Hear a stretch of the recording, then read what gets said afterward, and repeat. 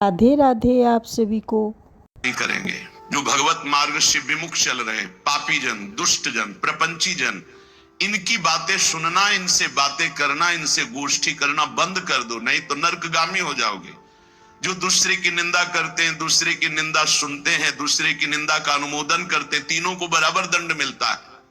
ऐसे लोगों को असत पुरुष कहते हैं, जो भगवत चर्चा न करके, भगवत गुणगान न करके, माया प्रपंच की बस निंदा स्तुति इसी में फंसे हैं। ऐसे लोगों का संग न करे। ऐसे लोगों के कान में शब्द नहीं पड़ने चाहिए, अंगुली डाल लेना चाहिए। श्रवण मूंद न तो चले पर आई, कान में अंगुली डाल के वहां से हट जाना चाहिए। शून्य मशताम गोष्ठी सुशक्तम। प्रायः ये बातें बहुत अच्छी लगती, जब किसी की निंदा होती है ना, तो मलिन अंतःकरण बहुत गौर से सुनता है, और जब सत्संग होता है ना, तब प्रपंच की याद आती है, भागता है मन संसार में। और जो शतुगुणी भगवत कृपा पात्र होते, जब प्रपंच होता है तब उनका मन भागता है, बिल्कुल नहीं लगता, और जब सत्संग होता है तब एकाग्रता पूर्वक पान करते हैं। इसलिए शून्य मस्ताम गोष्ठीषु, ये जो दुष्ट जन है, जो कुसंगी जन है, जो दूसरे की निंदा करते हैं, अरे कहां भगवत आनंद की रसानुभूति करने के लिए मानव देह मिला है, और कहां ऐसे गंदे लोगों का संग करके जो दूसरों की अवहेलना, दूसरों की निंदा, पूरा जीवन केवल इसी बात में है। सत्मार्ग ग्रहण करो, सच्चाई से चलो, नाम जप करो, विश्व में अपने आप तुम्हारी कीर्ति हो जाएगी। निंदा करने से, अपमान करने से, विरोध करने से तुम्हारा पतन हो जाएगा। समय का इंतजार करो। असत मार्ग में चलते हो दंड मिलेगा, सत मार्ग में चलते हो भगवान मिलेंगे। समय का है, जब तक समय, भगवान ने पांडवों को यही कहा था कि तुम सर्वसमर्थ हो, तुम 12 वर्ष वनवास और 1 वर्ष अज्ञातवास के योग्य नहीं हो, पर मैं तुम्हें सलाह देता हूं, समय है, काट लो। अगर चुप होकर समय काट लिए तो फिर परिणाम में देखना है, सब नष्ट हो जाएंगे अपने आप। समय महाबलवान है। विदुर जी ने भी जिस समय लाक्षागृह में भेजा गया पांडवों को, तो विदुर जी ने कहा, मैं जानता हूं तुम सब समर्थ हो, लेकिन मेरी सलाह है, इस समय समय तुम्हारे अनुकूल नहीं, गुप्त हो जाओ, कोई जान ही ना पावे कि मरे कि बचे। हम तुम्हें सुरंग के व्यवस्था किए देते हैं, उससे जंगल में निकल जाना, और जब तक समय अनुकूल ना आवे तो कोई जान ना पावे कि तुम जिंदा हो। समय बड़ा बलवान है। ये असत आचरण करने वाले, पापाचरण करने वाले, ये सदैव पतन को प्राप्त होते हैं, पर इनको समय का ज्ञान नहीं है। इसलिए महापुरुष जन कहते हैं, शून्य मसताम गोष्ठीषु, ये दुष्ट पुरुषों का संग त्याग दो। अरे कानों से भगवत चर्चा, महामहिमा, महाभागवतों की सुननी है, ये निंदा स्तुति सुननी संसार की। असताम, असत कौन है? जो भगवत वार्ता विहीन, जो भक्त महिमा विहीन, केवल संसार की, प्रपंच की बातें करते रहते हैं। उनको किसी से मतलब नहीं, उनको भगवान से बिल्कुल मतलब नहीं। उनको मतलब है अपनी ख्याति से, अपने भोग वासनाओं की पूर्ति से, अपनी वाहवाही से। ऐसे असत पुरुषों के संग का त्याग कर दे। और अशक्तम, कभी काम, क्रोध और अहंकार की वशीभूत ना हो जाए। ऐसा कभी दोष ना आने पावे कि आप काम से उन्मत्त हो गए, क्रोध से उन्मत्त हो गए, अहंकार से उन्मत्त हो गए, तो फिर ये बलात् आपको नष्ट कर देगा, बलपूर्वक। काम क्रोधो मदादि भी प्रतिपदम निष्प्रियमाणम बलात्, ये तुम्हारा अप्रिय कर देंगे। आज तक कोई कामी पुरुष, क्रोधी पुरुष, अभिमानी पुरुष कभी मंगल को प्राप्त नहीं हुआ, सदैव अमंगल हुआ। असत पुरुषों का संग त्याग दो, और काम, क्रोध और अहंकार की वृत्तियों पर शासन करो। शासन वही कर सकता है जो सत्संग सुनता है, जो नाम जप करता है, उसकी बुद्धि पवित्र होती है। पवित्र बुद्धि मन पर शासन करती है, तभी काम, क्रोध और अहंकार मिटता है। विचार के द्वारा मिटता है, परम पवित्र विचारों के द्वारा अहंकार का नाश होता है, कामनाओं का नाश होता है। और क्रोध की स्वयं सत्ता नहीं, क्रोध तो काम से प्रकट होता है। कामा संजायते क्रोधा। अगर हमारी कामनाएं भगवत मार्ग के अनुकूल हो तो कभी क्रोध आएगा ही नहीं। जब देह भाव की कामनाएं होती तभी क्रोध आता है, जब प्रतिकूलता होती तभी क्रोध आता है। इसलिए कह रहे, सदैव काम, क्रोध और अहंकार को विचारों के द्वारा, पवित्र विवेक के द्वारा इसका दमन करते रहो, नहीं निश्चित ये तुम्हारा नाश कर देंगे। नैवम द्वंद्व तितिक्षमी सदपिमाम चेत सक्षमा सत्कृपौ। सर्दी, गर्मी, अनुकूलता, प्रतिकूलता, मान, अपमान, जय, पराजय, निंदा, स्तुति, ये द्वंद्व है, इनको सहना होगा। यदि आपको अध्यात्म की ऊंचाई पर चढ़ना है तो इनको सहना होगा। भगवान की कृपा से ये भक्तों को मिलती।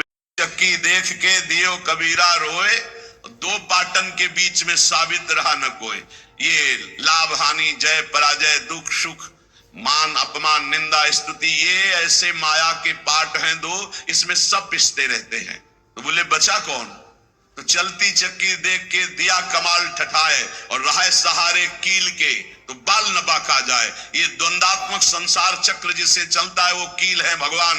जो भगवान की शरण में चला गया उसका बाल बांका भी ये द्वंद नहीं कर सकते। श्रीपाद करे नैव द्वंद तितिक्षमी सदम चेतक सक्षमा सत्कृपौ। ए भाई, सर्दी गर्मी, निंदा स्तुति, मान अपमान, इनको सहन कर लो। यदि इनको सहन नहीं किए तो नष्ट कर देंगे। ये तुम्हारी भावना भगवत मार्ग में नहीं चल पाएगी। इन द्वंद्वों को सहना सीखो, गर्मी को, सर्दी को, मान को, अपमान को, अनुकूलता को, प्रतिकूलता को।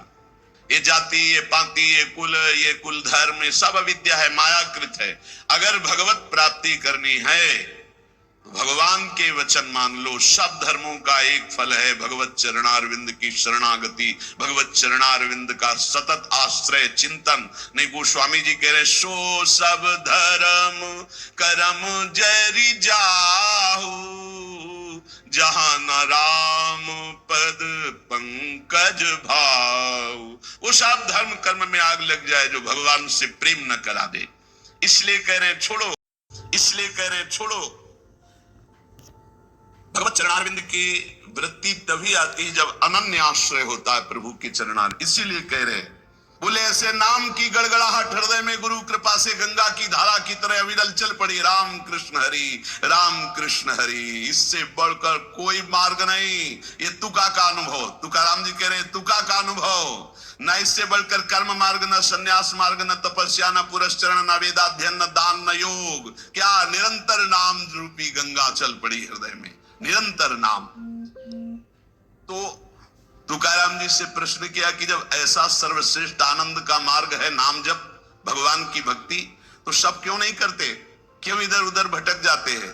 तो बोले ये कोटि जन्मों के जब पुण्यों की संपत्ति एकत्रित होती है तब ऐसे संतों का मिलन होता है, और फिर ऐसे संतों की सेवा, उनके अनुगत होने से ये प्रेम लक्षणा भक्ति रूपी गंगा हृदय में जागृत होती। नाम पर विश्वास कर लो, सब कुछ मिल जाएगा। नाम पर विश्वास, सब भगवान के नामों में समान सामर्थ्य है। तुम्हें जो प्रिय लगे खूब नाम जप करो, लेकिन बात बनेगी जो गुरुदेव के मुख से निकला हुआ नाम मिला है। रामकृष्ण हरि जपते थे तो कह रहे जैसे मोट से सिंचाई खेत की, लेकिन जब गुरुदेव ने दिया तो ऐसा लगा जैसे गंगा की धारा ऐसे फूट गई, खेत लबालब भर गया, ऐसे हृदय मेरा आनंद से भर गया। अनेक जन्मों के जब पुण्य एकत्रित होते हैं तब ऐसे संतों का संग मिलता है, और ऐसे संतों से फिर भक्ति गंगा की तरह उल्लसित हो जाती है। श्री तुकाराम जी के वचन भगवान से कहते हैं कि प्रभु वैसे तो पैसे देकर के लोग सेवक रखते हैं, और हम तो बिना पैसे के आपके सेवक हैं, क्यों नहीं आप हमको अपनी सेवा में रख लेते? वैसे तो सेवा पैसे दे के कराई जाती है। प्रभु इतनी बात तो याद कर लो कि बड़े का लड़का यदि फटे पुराने कपड़े पहनकर किसी से मांग कर, तो बेइज्जती बड़े की होती है। लोग पूछते हैं कि ये कौन, किसका लड़का है? बोले उन अरबपति का है। कितना कंजूस आदमी है, लड़का ऐसी स्थिति में घूम रहा, खुद अरबपति है। तो बोले प्रभु अवगुणी हूं, मलिन हूं और भिखारी भी हूं, पर हूं किनका आप समझ लो। लोग यही कहेंगे कि पांडुरंगा विट्ठल का है। अब अपनी इज्जत संभालो आप। ये देखो गूढ़ बातें है, इतनी ठसक प्रभु से अपनेपन की हो जाए कि ना सब मैं किसका हूं। जैसे एक बार बड़ा सुख मिला था, प्रारंभ की बात है, भिक्षा मांग रहे थे तो एक वयोवृद्ध ब्रजवासी बैठे हुए थे, बिहारी जी की गोस्वामी। सुंदरी ये राधा वल्लभ जी को बाबा जी आयो है, माधुकरी दो। ये शब्द कान में जो ही पड़े, माधुकरी लिया। अंधेरी गलियां थी, एक गली में घुस गए, एकांत में खड़े होकर रोने लगे। प्रभु आज तो हम निहाल हो गए, क्योंकि देखो ब्रजवासी जन नाम से आपके जोड़ दिया कि बाबा जी किसको बोले, राधा वल्लभ जी को बाबा जी। तो अब समझो महाराज, अब हमारी कोई बात नहीं रह गई, बात आपकी रह गई। बाद में आया है बाबा जी, पहले राधा वल्लभ आया है। किसको बाबा जी? बोले राधा वल्लभ जी को बाबा जी आए हो। महाराज हम तो निहाल हो गए, क्योंकि अब आपका नाम हमारे नाम के आगे चढ़ गया। कौन? और बोले वही राधा वल्लभी। अच्छा, पहले आप आओगे सरकार। वैसे ही कह रहे श्री तुकाराम जी कि बड़ा का लड़का यदि दीन दुखी होकर के मांगता दिखाई दे तो लोग पूछते किसका लड़का? बोले अमुक का लड़का। तो हे पांडुरंगा, मलिन हूं, अवगुणी हूं, पर आपका हूं। अब आप अपनी तरफ देखना, आपको तो अपनी इज्जत बचाने के लिए मुझे स्वीकार करना ही है, मेरा पालन करना ही है। क्या? मेरे हृदय को निर्मल करके अपनी प्रेम लक्षणा भक्ति प्रकाशित कर दो। श्री तुकाराम जी कहते हैं, जब उपासक प्राणी मात्र में अपने भगवान की भावना करता है और सबको सुख पहुंचाने की, सुख देवे को चाव चित सब सोहित निष्काम, उसी समय उसके हृदय में भगवत प्राप्ति की लालसा जागृत होती है। ध्यान रखना, सबको सुख देने की भावना, सब में भगवत भावना, तो इस भावना के बल से उसके हृदय में भावना जागृत हो जाती कि मैं भावना तो कर रहा हूं कि सब में प्रभु हैं, लेकिन वो प्रभु कभी मेरे नेत्र गोचर तो हुए नहीं, मैंने देखा तो कब देखूंगा, कब व्याकुलता ऐसी आएगी। जो हर आचरण संतों को साक्षी करके करता है वो बहुत जल्दी भगवत प्राप्त हो जाता है। संतों को साक्षी करके, ये जो मैं कार्य कर रहा हूं अमुक संत ने कहा है, ऐसा करने से सिद्ध महापुरुषों को अपना आदर्श बना लेना चाहिए और पूरी दिनचर्या उनके अनुसार होनी चाहिए। कोई भी चेष्टा मनमानी नहीं होनी चाहिए। अगर आपसे पूछा जाए कि आप ये क्यों कर रहे हो, तो आपका उत्तर होना चाहिए कि अमुक जगह अमुक संत ने ये बात कही थी इसलिए मैं कर रहा हूं। संत को साक्षी बना करके ही हमारी संपूर्ण दिनचर्या, हमारे गुरु ने ऐसा हमको कहा है कि आप ऐसे कीजिए, ऐसे कीजिए। एक ने पूछा था कि आपके गुरुजी तो सफेद भी पहनते हैं और आप बराबर 12 महीना पीला ही क्यों उड़ते हैं? उनका गुरुजी ने हमको ये सफेद की आज्ञा नहीं करी थी। हमें जिस दिन विरक्त वेश दिया था यही दिया था, नीचे मार्किन ऊपर पीला, आजीवन उसी का पालन कर रहे हैं। हमें जैसा आदेश किया हम वैसे ही चलेंगे। कोई भी आचरण ऐसा नहीं होना चाहिए साधक के जीवन में जो संत उपदिष्ट ना हो, वो शास्त्र में हो, वो संत में हो, तभी बात। श्री तुकाराम जी कह रहे हैं, नामदेव, ज्ञानेश्वर, कबीर, एकनाथ, ऐसे महापुरुषों के वचनों का अनुसरण होना चाहिए। एके घाई खेलताम न पड़सी डाई, दुचाले ने ढकसिल भाई रे, त्रिगुणांचे फेरी तू थोर कष्टी होसी, या चौघांची तरधर साई रे। अगर एक भाव से खेलोगे तो ये माया दांव में तुम्हें फंसा नहीं पाएगी। एक भाव संतों के आदेश से आपका खाना पीना, उठना बैठना, चलना, क्रियाकर्म सब शास्त्र सम्मत, संत सम्मत होना चाहिए। और दुविधा से खेलोगे तो ठगी बहुत जोर की माया के तुम्हें ठग लेगी। अब वो कह रहे हैं, वो अब संत हैं, वो अपने अनुसार कह रहे हैं, हमको अपने अनुसार चलना है। तो बोले फंस जाओगे, अपने अनुसार चलोगे फंस जाओगे, माया फंसा लेगी। ये त्रिगुणमयी माया का ऐसा फेर है कि इससे निकल पाना बहुत कठिन है। वही निकल सकता है एके घाई खेलताम न पड़सी डाई, जो एक भाव ले लेता है कि हमारे अब पूरे आचरण संत सम्मत होंगे, शास्त्र सम्मत होंगे। जो संतों ने कहा है, बोले आप ऐसा कैसे चल रहे हो, आप ऐसा कैसे कर रहे हो, तो बोले अमुक संत ने कहा है, उसके अनुसार चल रहे हैं। और उदाहरण में कह रहे हैं कि ऐसे समर्थ संत आदर्श होने चाहिए, जैसे नामदेव, ज्ञानदेव, कबीर जी, एकनाथ, जैसे अपना हरिवंश महाप्रभु स्वामी हरिदास जी, बिहारी देव जी, श्री ध्रुवदास जी, नागरीदास, बड़े जो भगवत प्राप्त महापुरुष है, उनके वचनों के अनुसार हमारे आदर्श होने चाहिए। वही वचन हमारे आदर्श होने चाहिए। तुकाराम जी कह रहे हैं कि जिनके मार्ग पर चलने से अटल विश्वास, गहरा प्रेम प्राप्त होता है, उन महापुरुषों के वचनों की कभी अवहेलना नहीं करनी चाहिए। हमने साधु संतों की सेवा की, भक्तों के चरित्र पढ़े, मेरे ऊपर बहुत बड़ा प्रभाव पड़ा है संत सेवा का और भक्तों के चरित्र का। तुकाराम जी कह रहे हैं, मेरे सिद्धांत दृढ़ हो गए जब भक्तों के चरित्र पढ़े, मुझे हरि से प्रेम होने लगा। मेरी विचार स्थिति बदल गई जब भक्तों के चरित्र पढ़े, मेरी जीवन की पद्धति निश्चित हो गई कि मुझे विठ्ठल को ही प्राप्त करना है। ये केवल भक्त चरित्र और संत सेवन से, भक्तों की कथा श्रवण से, भक्तों के मुख से सत्संग सुनने से मेरा भक्ति बल बढ़ा और विठ्ठल में निर्मल और निश्चल प्रेम हो रहा है। संतों का सहारा बहुत बड़ा सहारा है।